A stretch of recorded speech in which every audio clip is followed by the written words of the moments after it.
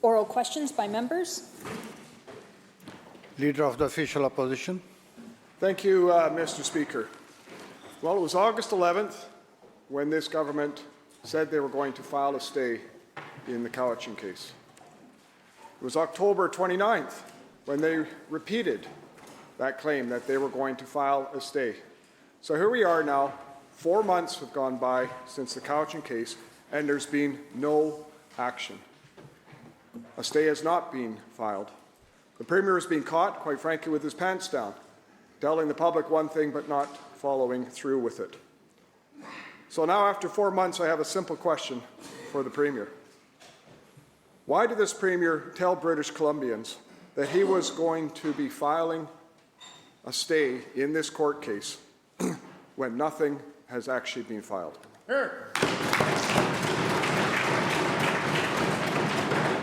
Attorney General.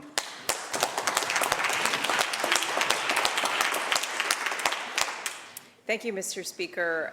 We have been hard at work since the decision came out. Not only did we very quickly announce the stay application that we'd be pursuing along with the appeal, we've been meeting on the ground with affected landowners and collecting their stories, which is part of the work that will feed into our stay application. It's our #1 priority, Mr. Speaker. There is no deadline for a stay application, so I think just in terms of the importance that we place on this, we're going to be focused on the work we need to do to file that application, work with all parties involved, and stand up for the private property owners that we are engaging with right now. Member supplemental. Thank you. I find it interesting that the member opposite says they're working with the private property owners to put in a stay application. Here's a novel idea. 6 years ago when this case came forward, why didn't you engage the private property owners then? Yeah, exactly. Private property owners have been left in the cold until suddenly a decision was made in August after 6 years. Now they made a decision they want to work with private property owners. I think it's good that they do, but here's an idea for you. Here's an idea for this government. Why doesn't this government actually ask to reopen this case and allow private property owners to go forward and put their case forward to protect their own rights, because clearly this government is not doing the job protecting private property rights. Yeah.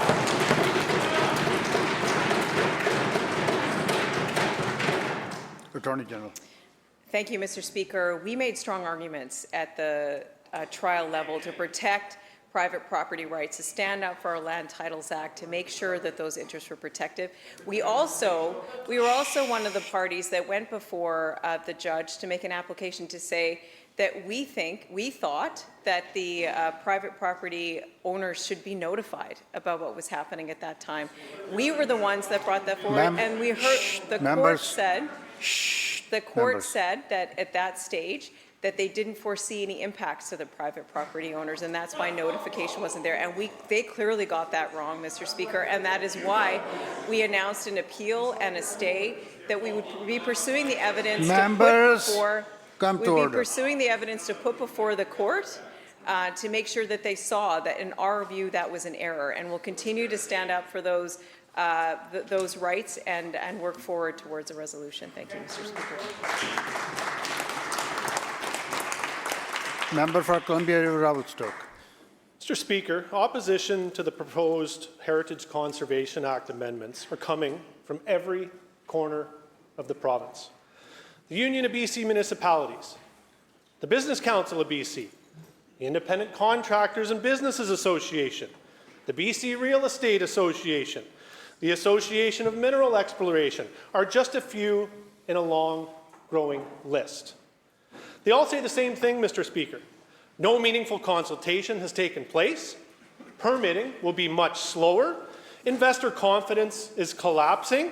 And that this is nothing more than an ideological push to align the Act with DRIPA instead of instituting meaningful policy. To the Premier, besides a handful of First Nations who helped co-draft these amendments under NDAs, is there anybody left in the province who actually supports these changes?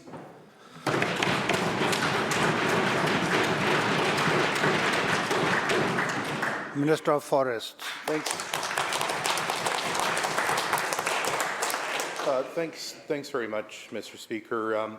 Thanks to the member opposite for the opportunity to be able to speak. You want to get up and ask a question? Members, Good luck. members will come to order. The loudmouth from Abbotsford always has something to say. Always has something to say. But let's. Members, the question was asked, and the members, the question was asked. Minister is trying to answer now. Please. Trying indeed, Mr. Speaker. Mr. Speaker, the Heritage Conservation Act is a very important piece of legislation, and on this side of the House, we've been doing an awful lot of engagement on, not just for the past number of months, but the past number of years. We've led a comprehensive engagement that has allowed local government leaders, industry leaders to be able to provide their feedback. There has been no draft legislation to date. We are continuing to hear with people. I had an opportunity to be able to meet with the Minister of Local Government and the President of UBCM on Friday, where we had an opportunity to talk about their submission. I'm looking forward to the continued engagement, but I would remind the member opposite, we're talking about people's heritage. We're talking about First Nations artifact. And so I hope that as part of this discussion, there can be some respect given to this. I hope as part of this discussion, we can talk about speeding up permitting. We can talk about ensuring that we're protecting communities like Lytton that have gone through so many challenges with their rebuild. And at the same time, we can respect First Nations shared decision-making and aligning this with DRIPA. Thank you. Member supplemental? Well, I think respecting the opposition of just about every business association, local government leadership group, and everybody else would be kind of a constructive start to this, Mr. Speaker. These changes aren't about...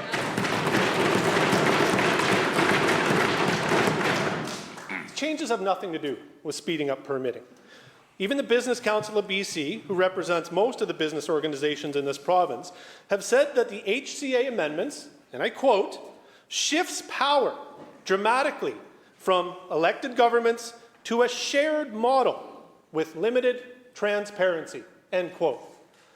In 2019, this government promised DRIPA would be interpreted consistently with Section 35 of the Constitution Act. Clearly, they've abandoned that promise entirely, Mr. Speaker. Will the Premier do the right thing, listen to British Columbians, and pull this Land Act on steroids off the table once and for all?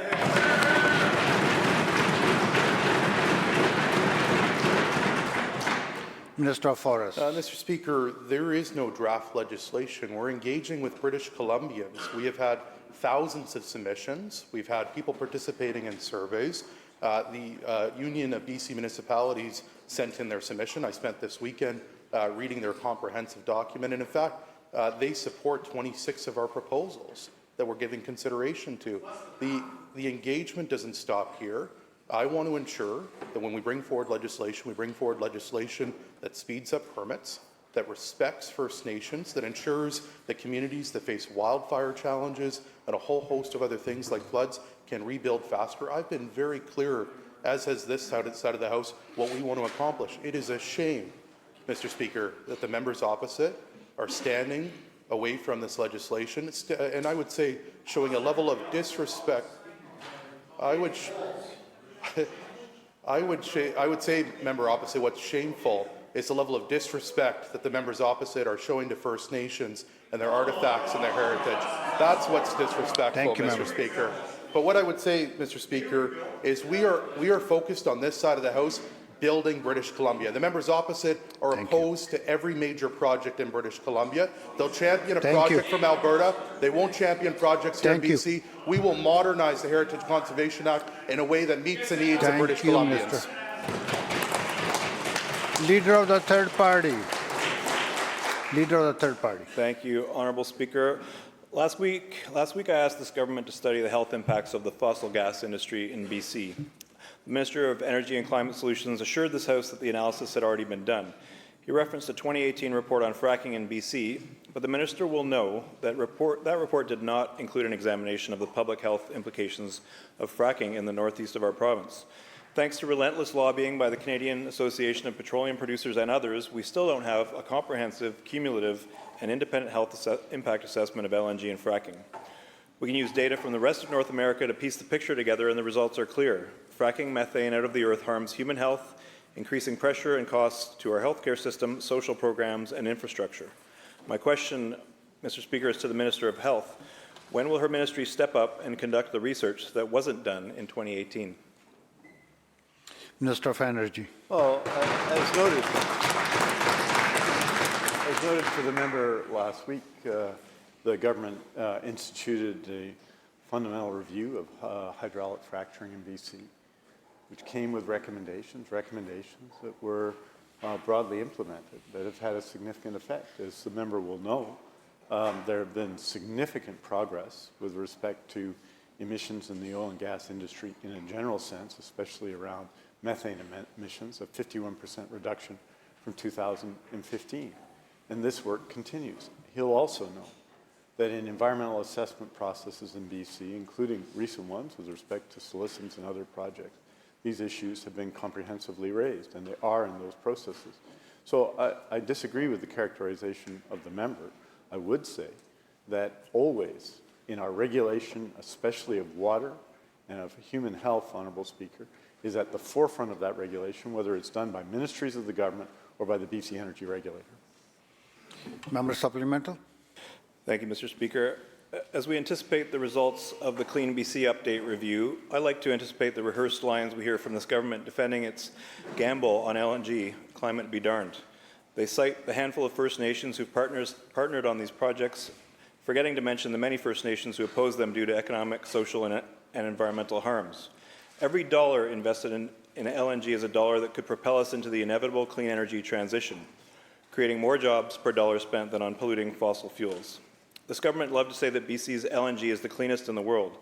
Call it what you want, clean poison is still poison. BC LNG burned elsewhere will blast megatons of climate bomb into our global atmosphere. It doesn't recognize national boundaries. My question is for the Minister of Energy and Climate Solutions. Minister, which fossil fuel lobby group hired the marketing genius who dreamed up the cleanest LNG in the world? Fiction. Minister. Well, Honourable Speaker, I think it's reasonable for the member to oppose projects in British Columbia, including ones led by First Nations, such as Cedar LNG, led by the Haisla, or Solisms LNG, led by the Nisga'a First Nation. That's reasonable. He can disagree with the Haisla, and he can disagree with the Nisga'a. What he can't disagree with is the Cedar LNG project will have the lowest emission LNG in the world. That isn't, Honourable Speaker, that isn't an issue of opinion. That is an issue of fact, Honourable Speaker. We're going to continue to do what we've done from the beginning, which is to ensure a fair return on BC's resources, that communities are protected, that we address climate commitments, that we respect First Nations, Honourable Speaker, and that we ensure that British Columbians and Canadians work on major projects in our province. In this area, we have continued to meet those commitments, and we're going to continue to do so. Leader of the Fourth Party. Thank you, Mr. Speaker. 85 out of 93 members in this House own residential properties. This is according to public disclosures. I have the list, and I'm going to be publishing it later today. The government and official opposition both believe that the lands of BC were stolen, and that's why they voted down our bill to get rid of land acknowledgements. If they want to give back stolen lands, today is their chance. My question, Mr. Speaker, is which member will be the change that they want to see in this world by being the first to transfer the title of their own property over to a local Indigenous tribe?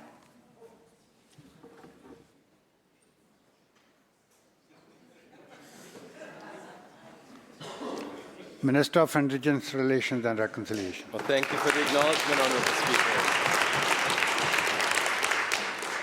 It seems that the member opposite is in a spirit of generosity. I understand she herself has a large home in not the downtown east side. No, it's Tonier Place. That's West Point Grade. She doesn't own a home. Okay. I think in the end...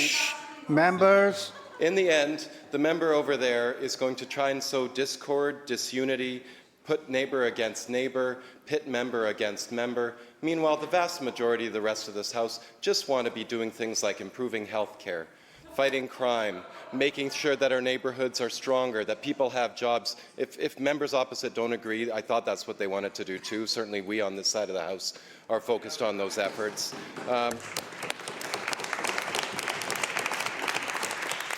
So let me just be clear yet again. I know some members have heard us say it, but it never goes in one ear, goes out the other. Private property in this province is protected. If a nation wants to purchase it, the person who owns it needs to sell it if they want to sell it. If they don't, then they don't have to sell it. It's the way that our system works in BC. And we're working in terms of reconciliation with First Nations to acknowledge that there was harm. I do think sexual violence, I do think racism, I do think gunboats blowing up people's villages. I do think residential schools where you were told you can't speak your language or you'd be abused, you'd be hit, you might not even get to go home to your families. I do think that is violence. I do think that is harm. And I do think, sadly, that is true. That did happen in this province through laws that were passed in this building. We have a better job that we can do together, but it's not through spreading hate and division. It's through uniting and looking each other in the eyes as neighbours, as friends, as co-workers. Thank you, Honourable Speaker.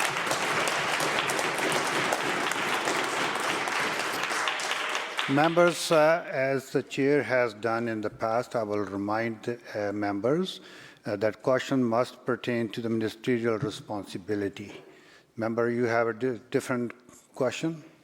Mr. Speaker, and first of all, in response to that, Mr. Speaker, it's actually counsel for the Cowichan Nation who made a comment to the media that said that actually homeowners in Richmond now have to seek approval of the Cowichan Band to sell their properties. Quote. So don't tell me that private property has not been impacted by this decision. That's a complete falsehood. Mr. Speaker, let me sweeten the deal. I'll pay for the conveyancing fees, I'll retain the lawyer, I'll even bring them to the House, whatever it takes. We can drop the papers this afternoon. And they can transfer title to the tribe of their choice. Wouldn't that be nice, Mr. Speaker? I'm sure all the members of this House will recognize their leadership with a round of applause. So, Mr. Speaker, my question is, who will be the first to give their own land back, including the member who just answered this question, who owns a property in a Tony neighbourhood of Vancouver called the West End? Members, again, as I reminded earlier, the question must be pertaining to the ministerial responsibility.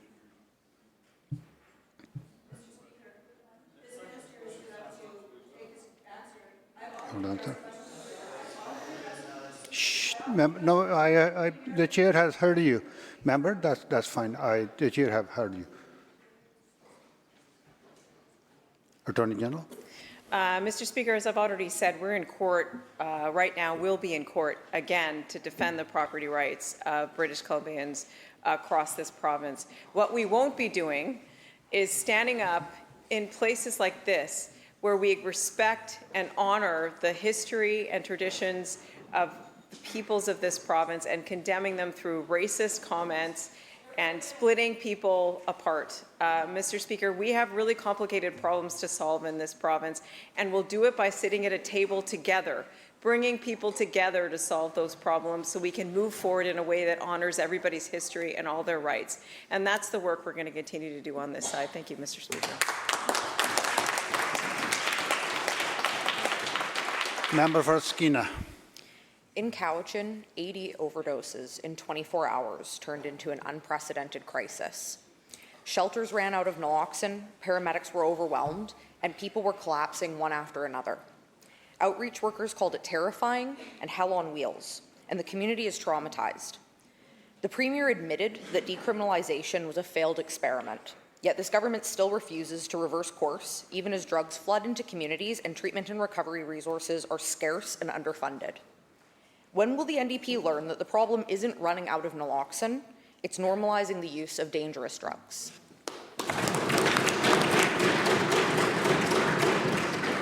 Minister of Health. Thank you so much, Honourable Speaker. Thank you to the member for the question. What has taken place in Cowichan is a terrible set of circumstances, and I know that everybody has been thinking about that. Naloxone is a life-saving supply, life-saving equipment, and should be part of anybody's first aid kit, literally, Mr. Speaker. That's how important this is. And we will continue our work. I have asked Island Health to look directly into this and understand the situation at hand with respect to naloxone. With respect to decriminalization, Mr. Speaker, I want to be very, very clear. Illicit drugs, using illicit drugs, it's illegal. And our government has taken a very firm stance on this. At the same time, there are very restricted circumstances under which people are permitted to possess a small amount of illicit drugs as one of a suite of strategies to reduce the harms and separate people from the illicit drug supply. Mr. Speaker, we remain focused on building out the entire continuum, the entire spectrum of mental health and substance use supports to help people suffering from substance use disorder remove themselves from the dangerous impacts of the illicit drug supply and be able to pursue treatment and recovery. Mr. Speaker, that is the work of this government. We have invested millions of dollars into this. We will continue to expand these services to help people. Member for Prince George North Caribou. Thank you, Mr. Speaker. The government still has not revealed when it became aware of hazardous leachates threatening the Cowichan watershed. Can the minister state that Cowichan's drinking water and aquifer are safe and will continue to be so? Yes or no? Minister of Environment.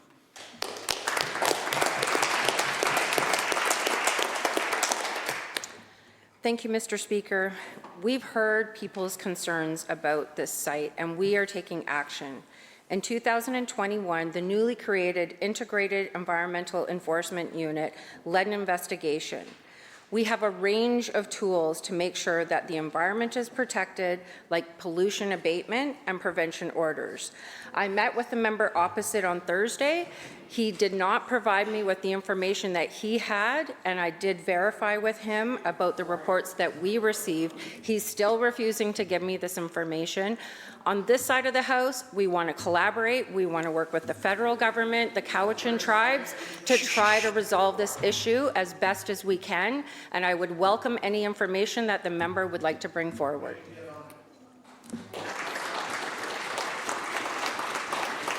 Member for Kootenay Rockies. Thank you, Mr. Speaker. Elkford has had 28 power outages this year. 28. Some lasting 6 hours or more. Families can't stay warm, kids are left in the dark, and businesses lose revenue. With another harsh Kootenay winter coming, my constituents are at serious risk. Residents could freeze in minus 30-degree conditions without power. I've reached out to the minister's office and I've received no response. I'm sure the minister wouldn't want to sit through a 6-hour outage in the freezing cold, and neither do my constituents. Will the minister explain why this government has done nothing to fix these outages that are putting my constituents at risk? Minister of Energy. Well, Honourable Speaker, the member spoke to me about this last week, and I said I was absolutely willing to meet with him, and I will. So I'm not sure why. I know he said this comment in the media, and I guess it sounds good, but it's not true. With respect, members. With respect, a letter was sent to the President and CEO of BC Hydro and myself in early November. The member was informed, for example, that BC Hydro is conducting a significant review, an urgent review. Yes, I do, of course. Member, no crosstalk, please. Honourable Speaker, members. The President of BC Hydro responded to a letter that was jointly sent to the President of BC Hydro and myself. The letter detailed the last 3, since September there have been 3 outages. One was caused by trees falling on a transmission line. Since September, the honourable member wants to have a debate across the floor and is not interested in information that he has been provided in detail by BC Hydro, but maybe the House would be interested if he is not, Honourable Speaker. The second, Honourable Speaker, involved an incident at a mine site, Honourable Speaker, that affected the Elkford area. And the third, Honourable Speaker, involved a substation issue which required people to come from Cranbrook to fix. BC Hydro is working and has reported on each and every incident to local people in Elkford. We are obviously concerned and doing work on the issue, Honourable Speaker. But the 3 cases I described, 3 different circumstances that led to outages, demonstrates that we may not be facing entirely a systemic problem here. The review is taking place and the member will be informed as soon as it is done, and I'm prepared to meet with him at any time. Member for Langley Abbotsford. Looks like the same minister that destroyed our healthcare system is now looking to destroy our energy and transit systems. Speaker, We've seen what happens when governments rush EV transitions. New York pulled electric buses after constant failures. Proterra collapsed in the US because their buses weren't reliable.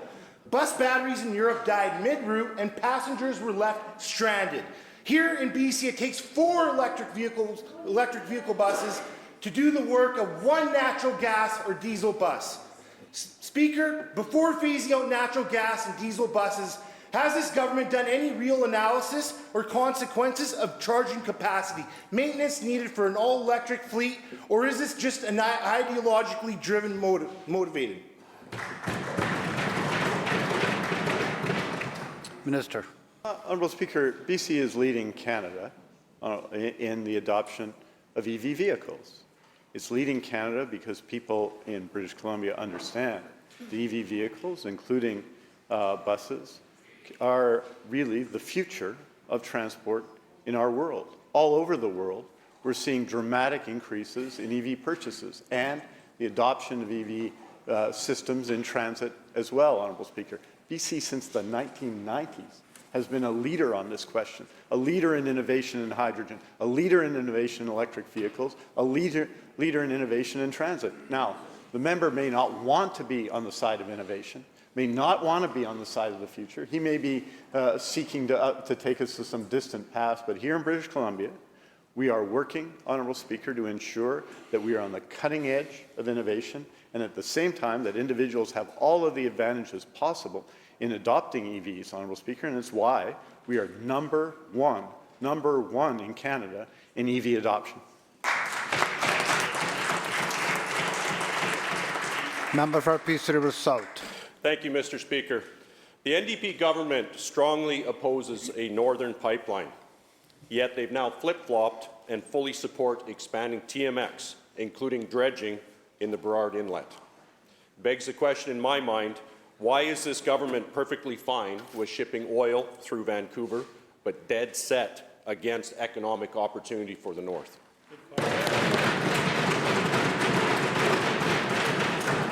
Minister of Energy. Let's remember who led the opposition to the North Coast transmission line. He's apparently dead set in favour of electricity for Vancouver, but opposed to ensuring that the North have access to that opportunity. Honourable Speaker, in case I missed something, Honourable Speaker. Shh. Members, please continue. In case I missed something, Honourable Speaker, the TMX pipeline has been built. Member for Richmond Centre. Minister has the floor. Honourable Speaker, that the TMX pipeline has been built. And the people of BC and the province of BC has said it's reasonable that it be fully used. Why? Because it costs $34 billion of public funds, $18 billion of which was a public subsidy. $18 billion of it was a public subsidy, Honourable Speaker. And so what we've said, Honourable Speaker, because of me, Honourable Speaker, the member's got to be kidding, Honourable Speaker. The member for Kelowna is yelling and screaming, Honourable Speaker, but the fact of the matter is we have taken a consistent position. Now, on the Northern Pipeline, there is no proponent.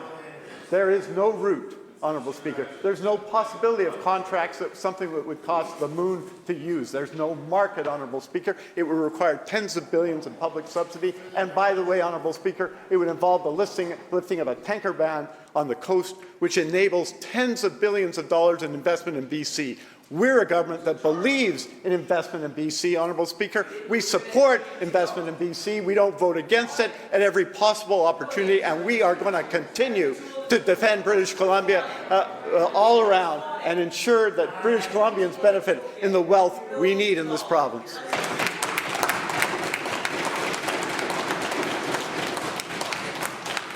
Member for Langley Willowbrook. Thank you, Mr. Speaker. Last time I asked the minister about Car 67, she dodged a broken promise, said they would speak to the community. Well, the community is speaking. Police, nurses, mayors, councils, and families have been sounding the alarm for a year while the NDP sits on their hands. It's not their fault that this government exploded the debt and mismanaged the economy so badly that the crisis team can't get funded. Will the minister stop stalling and implement Car 67 for my residents of Langley Willowbrook today, yes or no?